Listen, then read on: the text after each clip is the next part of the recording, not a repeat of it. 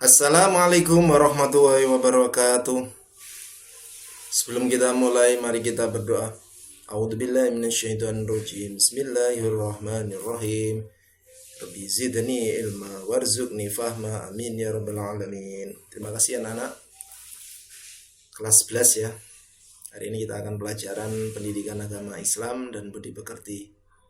Sebelumnya saya mengucapkan selamat karena kalian telah naik kelas ya, menjadi kelas 11. Semoga kalian lebih baik dari tahun yang kemarin. Baik, mari kita mulai ya. Materi kita hari ini adalah menaati aturan, berkompetisi dalam kebaikan dan bekerja keras. Jadi nanti yang akan kita bahas adalah menaati aturan. Setiap orang yang beriman mendambakan kehidupan yang tertib, damai, aman, dan tenang. Semua itu dapat terwujud apabila peraturan yang berlaku ditaati dan dilaksanakan dengan penuh kesadaran. Al-Quran sebagai kitab suci dan sumber hukum utama bagi umat muslim banyak mengandung aturan-aturan yang mesti dipatuhi dan dilaksanakan. Jelas ya, tadi ya, itu Al-Quran itu sebagai sumber hukum utama. Al-Quran mengajarkan kepada umat muslim untuk menaati peraturan, berkompetisi dalam kebaikan, dan memiliki etos kerja, semangat kerja.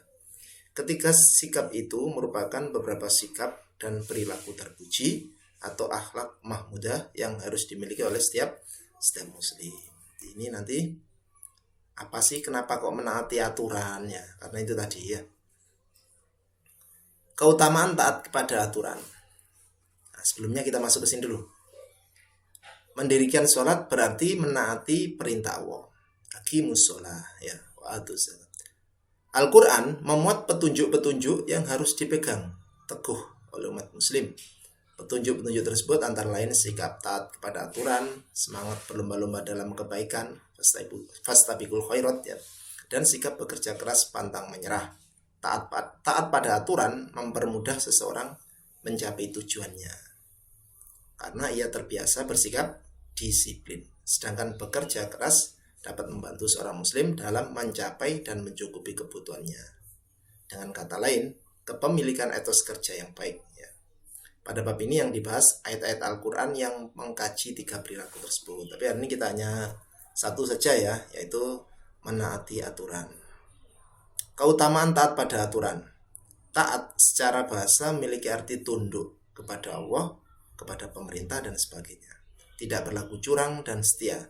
Sedangkan aturan adalah tindakan atau perbuatan yang harus dijalankan.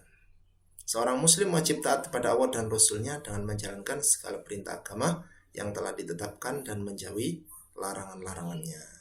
Begitu pula seorang warga negara yang baik juga harus mengikuti dan menaati aturan berlaku sesuai dengan perundang-undangan dan sistem pemerintahan yang telah ditetapkan secara permufakatan bersama. Aturan dibuat dengan maksud agar terjadi ketertiban dan ketentraman. Oleh karena itu wajib hukumnya kita menaati aturan yang berlaku.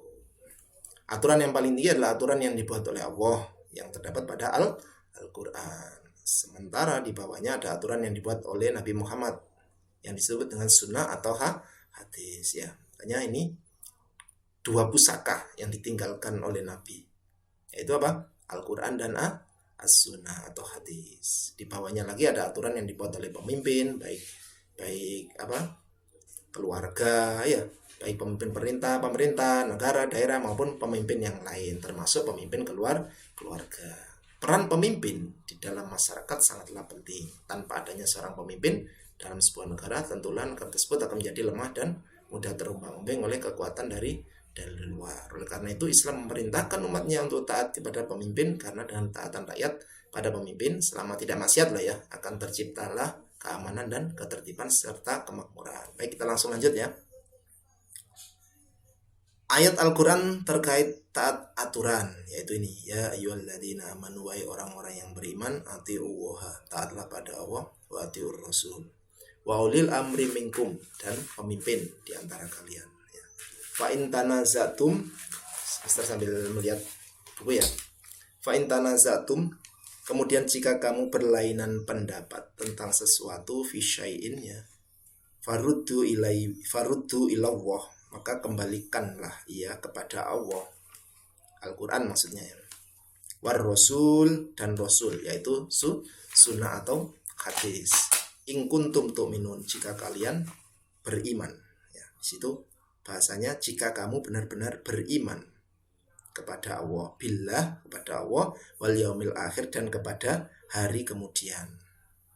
Dzalika, itu atau yang demikian itu ya, khairun, lebih baik, wa ahsanu ta'wila, dan lebih baik akibatnya.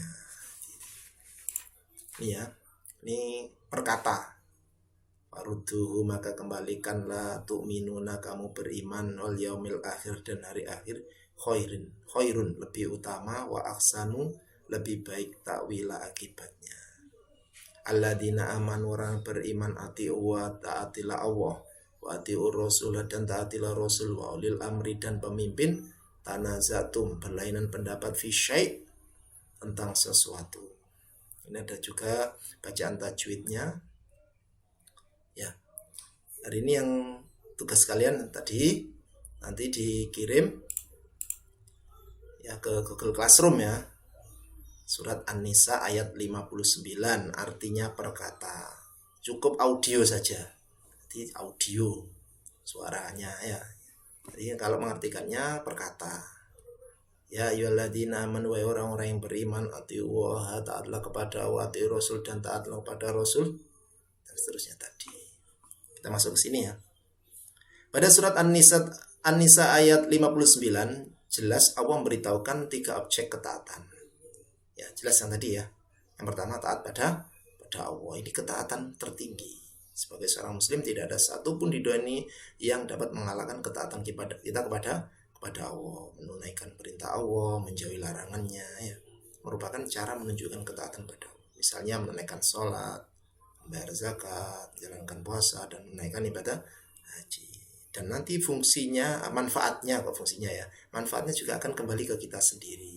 Jadi pasti itu sholat manfaatnya kembali ke kita. Salah satunya apa?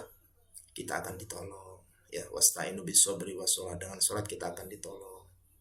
Inna sholata tanha 'anil fahsya'i wal munkar, dengan sholat kita akan terhindar dari perbuatan keji dan munkar, dan seterusnya. Pasti ada manfaatnya yang akan kembali ke kita. Itu makna perintah dari hikmah perintah kepada Allah. Ya, perintah yang berasal dari Allah seperti itu. Pasti ada manfaat. Demikian juga ketaatan pada Nabi, perintah Nabi, dan seterusnya itu. Ya. Selanjutnya ketaatan pada ulil amri atau pemimpin. Ini ada beberapa pendapat tentang pemimpin. Apa itu pemimpin? Ya, ini ada umaro ya, pemerintah yang memiliki ilmu dan pengetahuan akan fikih.